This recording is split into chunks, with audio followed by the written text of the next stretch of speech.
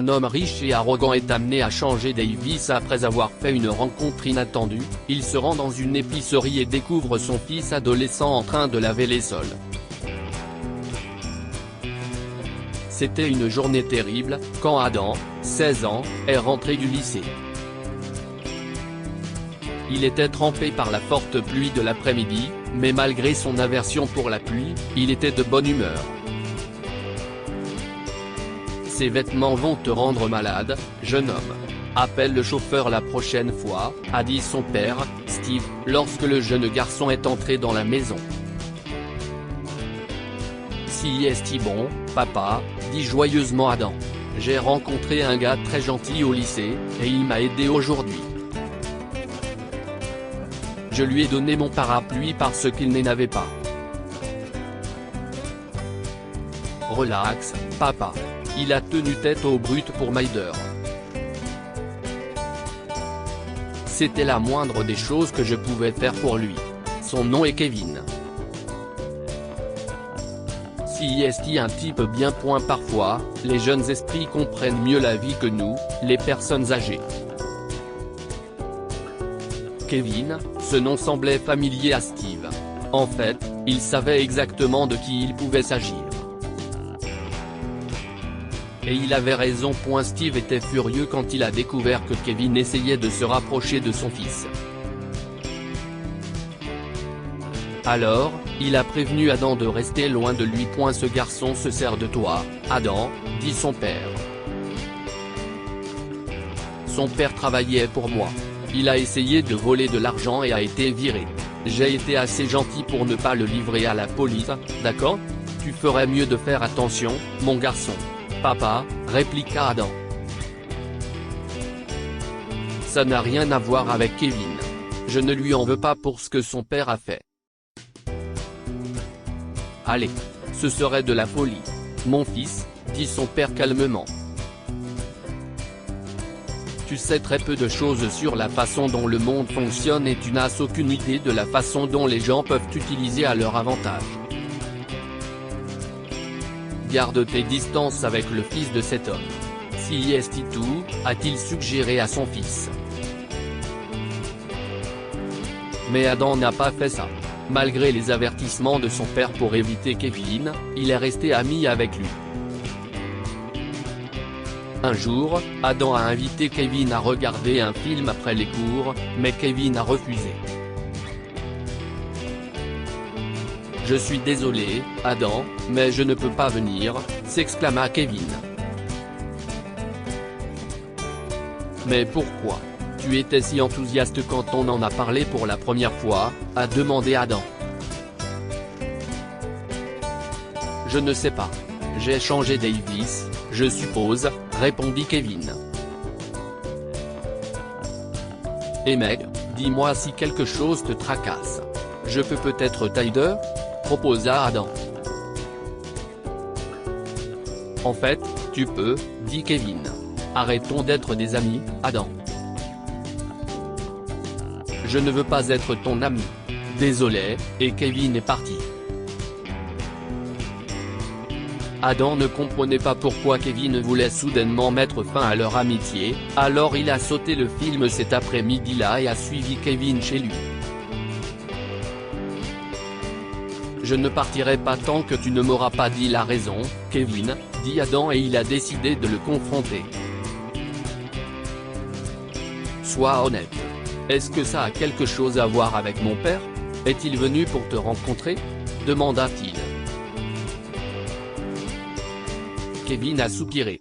Ça a quelque chose à voir avec nos deux pères. Si est mieux si tu restes en dehors de ça, Adam. Vraiment. Je vais tout expliquer si tu le veux bien, dit à son tour Adam. Mais seulement si tu me racontes l'histoire derrière tout ça. Écoute, je sais ce que ton père a fait au bureau de mon père, et... Tu ne sais pas tout, a dit Kevin. J'ai perdu ma mère à cause de ce qui s'est passé. Tu quoi? A demandé Adam, choqué. Kevin a hoché la tête en larmes. Papa avait vraiment besoin de cet argent pour l'opération de maman. Elle avait une maladie cardiaque. Il faisait des heures supplémentaires mais ne pouvait pas se permettre de payer la somme requise, et nous n'avions pas d'assurance. Alors écoute, je sais que ce qu'il a fait était mal. Il a essayé de voler de l'argent pour l'opération de maman, et il a été pris. Il a été licencié, et maintenant nous avons des difficultés, expliqua Kevin. Maman est morte. Papa a été blessé dans un accident à l'usine où il travaillait. Et maintenant, il doit être opéré. Sinon, il sera dans un fauteuil roulant pour le reste de sa vie. Mais nous ne pouvons pas payer l'opération, et je ne sais pas quoi faire. Maintenant, tu sais tout ce qui s'est passé, alors pars s'il te plaît. Papa rentre de l'hôpital aujourd'hui. Je ne veux pas qu'il te voie ici. Ton père déteste mon père, alors si est-il mieux si on met fin à notre amitié. Désolé, continua-t-il. Ensuite, Adam a quitté discrètement la maison de Kevin, mais il ne supportait pas de voir son ami en difficulté.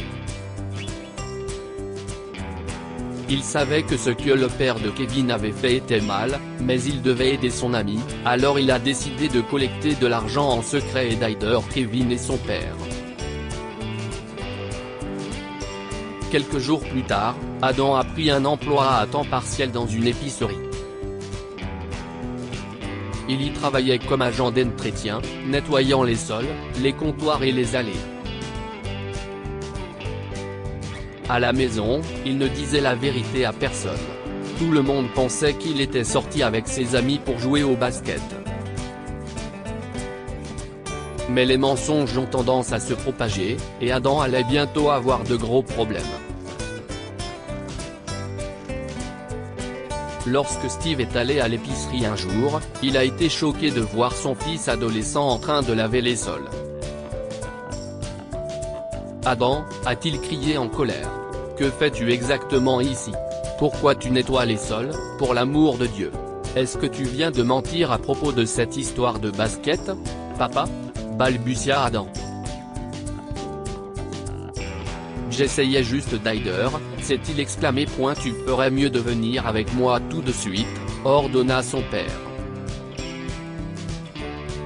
Steve a traîné son fils hors de l'épicerie jusqu'à sa voiture et a commencé à lui crier dessus. Si est ici que tu t'entraînes au basket avec tes amis imaginaires? A-t-il demandé furieusement. Qu'est-ce ce qui se passe? Je ne pense pas que tu aies besoin de travailler ici pour payer tes dépenses. J'aide Kevin, papa, dit Adam. Son père a besoin de mon aide, et je ne veux pas répéter tes erreurs. Un père confus et en colère ne comprenait pas ce que son fils voulait dire jusqu'à ce que le jeune garçon lui ait raconté l'histoire de son ami. Et donc il a besoin de mon aide, papa, dit Adam. Son père ne pourra pas remarcher s'il ne se fait pas opérer.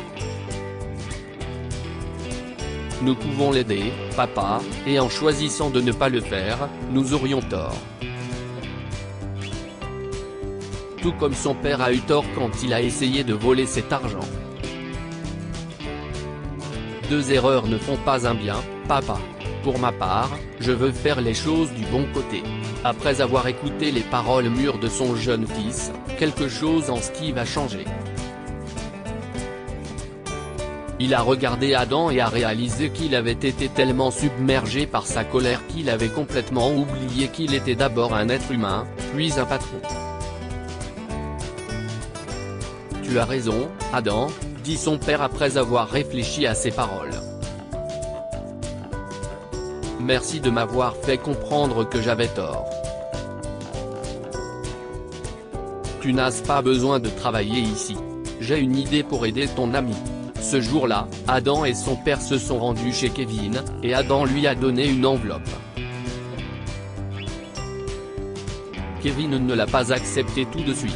En fait, il était en colère et a essayé de chasser Adam et son père du seuil de la porte, mais Patrick est intervenu. Kevin, ce n'est pas une façon de traiter les invités. Je suis désolé.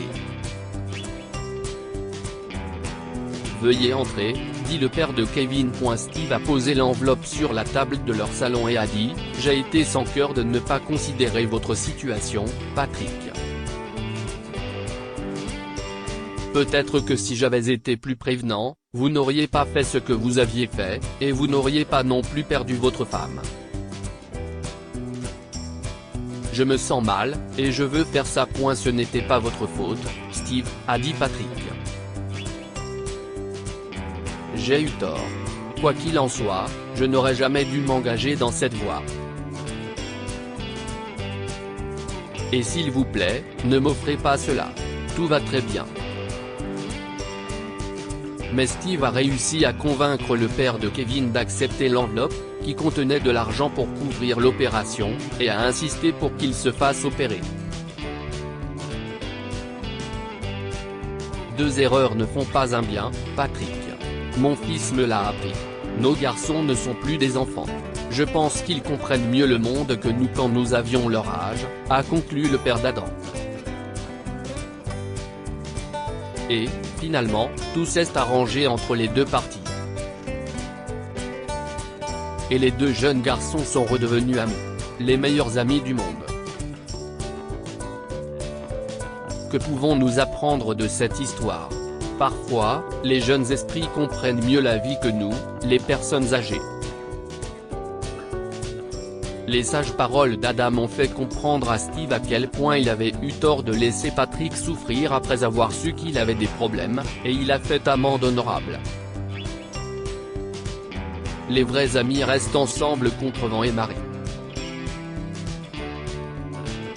Kevin et Adam sont devenus amis sans se soucier du passé et du statut de l'autre, et ils sont restés amis pour toujours. Lire aussi, un millionnaire chasse un homme pauvre qui lui demande de sauver la vie de sa mère, ils inversent les rôles des années plus tard. Histoire du jour. Abonnez-vous à Amomama sur Google News.